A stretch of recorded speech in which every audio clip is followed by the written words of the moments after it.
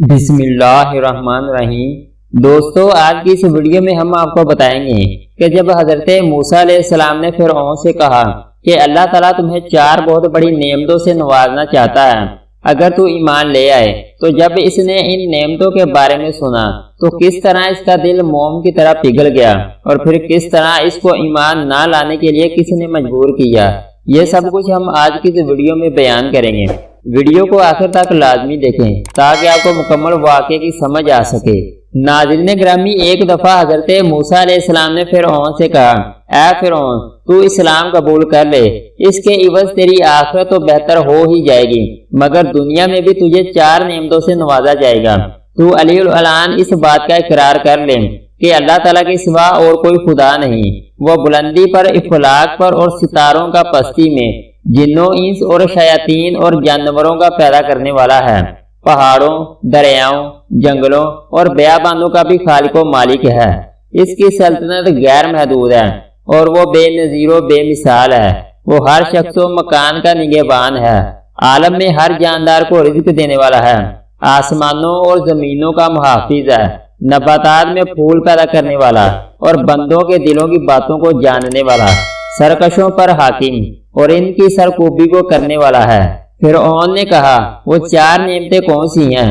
آپ علیہ السلام مجھے بتلائیں، شاید ان عمدہ نعمتوں کے سبب میرے کفر کا شکنجہ ڈھیلا ہو جائے اور میرے اسلام لانے سے سینکڑوں لوگ مشرف با اسلام ہو جائیں۔ اے موسیٰ علیہ السلام، جلد ان نعمتوں کے متعلق بیان کریں، ممکن ہے کہ میری ہدایت کا دروازہ کھل جائے۔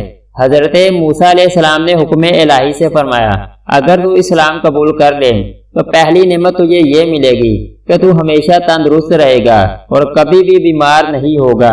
اپنے خانہ تن میں تلک خداوندی کا ایسا خزانہ دیکھے گا جس کو حاصل کرنے کے لیے تو اپنی تمام خواہشات نفسانیہ کو مرضیات الہی کے تابع کرنے کے لیے مجاہدات میں جان تک دینے کو تیار ہو جائے گا۔ اس سے جو دولت تمہیں ملے گی وہ بہت زیادہ ہوگی۔ دوسری نعمت، اے فرعون، خدا کی معرفت حاصل ہوگی۔ جس طرح ایک کیڑے کو ہرا پتا اپنے اندر مشغول کر کے انگور سے محروم کرتا ہے، اس طرح یہ دنیا حقیر تجھے اپنے اندر مشغول کر کے مولا حقیقی سے محروم کیے ہوئے ہے اور تو کیڑے کی طرح لذائذ جسمانیہ میں مصروف ہے۔ تیسری نعمت تجھے یہ عطا ہوگی کہ ابھی تو ایک ملک کا بادشاہ ہے، اسلام لانے کے بعد تجھے 2 ملک عطا ہوں گے۔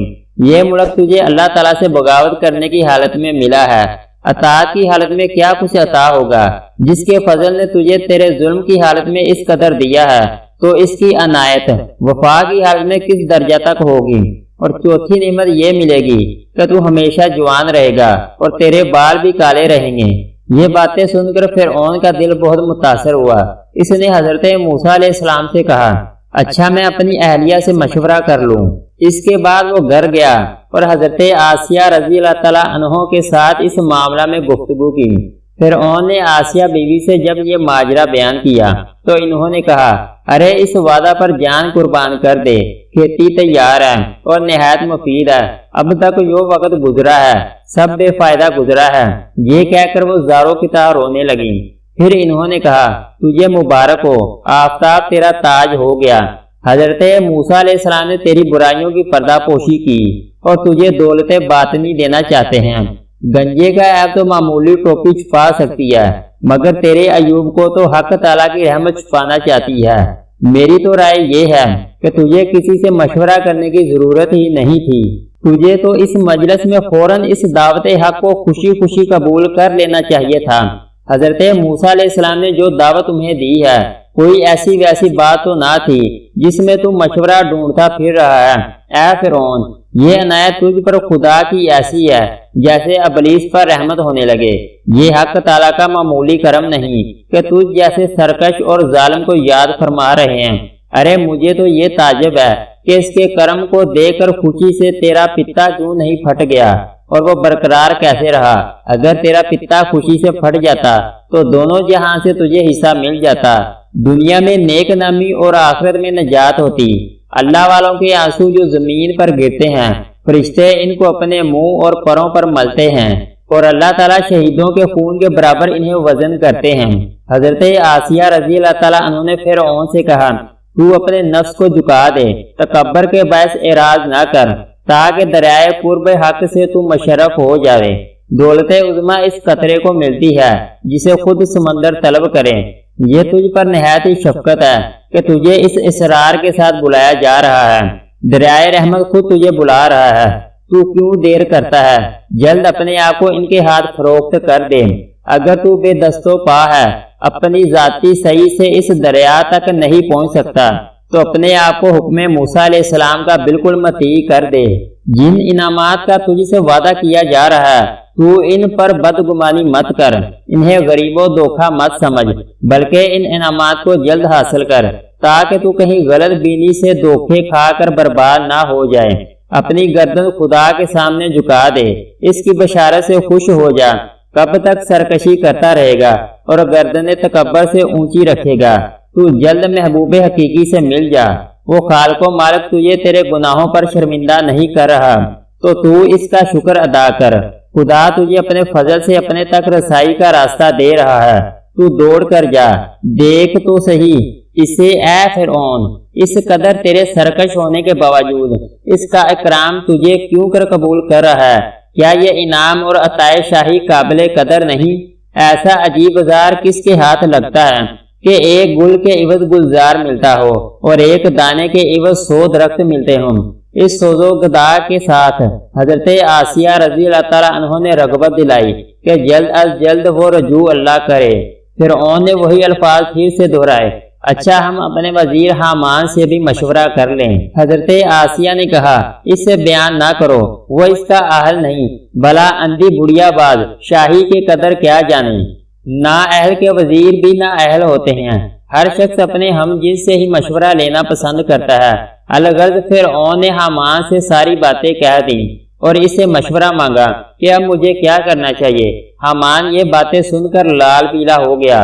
غم و غصے میں آ کر اس نے اپنا گریبان چاک کر ڈالا، شور مچانا اور رونا دھونا شروع کر دیا، اپنی دستار کو زمین پر پٹک دیا اور کہا، ہائے حضور کی شان میں موسیٰ نے ایسی گستاخی کی، نعوذ باللہ۔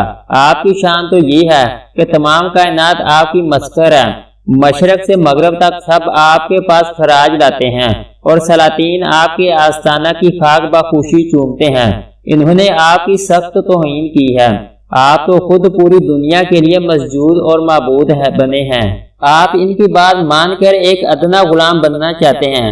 اگر حضور آپ کو اسلام کی دعوت قبول ہی کرنا ہے تو مجھے پہلے ہی مار ڈالیے تاکہ کم از کم میں آپ کی یہ توہین اپنی آنکھوں سے نہ دیکھ سکوں۔ آپ میری گردن فوراً مار دیں۔ میں اس منظر کو دیکھنے کی تاب نہیں رکھتا کہ آسمان زمین بن جائے اور خدا بندہ بن جائے، ہمارے غلام ہمارے آقا بن جائے۔ مولانا رومی یہاں اس حامان بے ایمان کو مخاطب ہو کر سخت ناراضگی کا اظہار کرتے ہیں۔ کہتے ہیں، اے حامان مردود، کتنی ایسی حکومتیں جو مشرق تا مغرب پھیلی ہوئی تھی، مگر خدا کے قہر سے آج ان کا نام و نشان نہیں ہے۔ جو زہر قاتل مشورہ حامان نے دیا، اس کے بارے میں مولانا اظہار کرتے ہیں، یہ تکبر جو حامان میں تھا زہر قاتل تھا، اور اسی زہر آلود شراب سے حامان بدمست ہو کر احمق ہو گیا تھا، اور اس ملعون کے مشورے سے فرعون نے قبول حق سے انکار کر کے خود کو ہمیشہ رسوائی اور عذاب کے حوالے کر دیا۔ جب فرعون حامان کے بہکاوے میں آ گیا اور حضرت موسیٰ علیہ السلام کے دست مبارک پر دعوت حق کو قبول کرنے سے انکار کر دیا، تو حضرت موسیٰ علیہ السلام نے فرمایا، ہم نے تو بہت سخاوت اور عنایت کی تھی، مگر صد افسوس یہ گوہرے نایاب تیرے مقدر میں نہ تھے۔ جاہل، احمق اور بد کردار سے اچھے مشورے کی توقع ہرگز نہ رکھو۔ اگر عورت بھی صاحب کردار ہے تو اس سے مشورہ کر لو، وہ تمہیں اچھا مشورہ دے گی۔ بیوقوف کی صحبت سے تنہائی بہتر ہے، لیکن تنہائی سے بہتر ہے کہ اچھے لوگوں کی تلاش جاری رکھو، یقیناً تم ان تک پہنچ ہی جاؤ گے۔ اگر آپ کو ہماری ویڈیو اچھی لگے تو اس کو لائک اور سبسکرائب کر دیں۔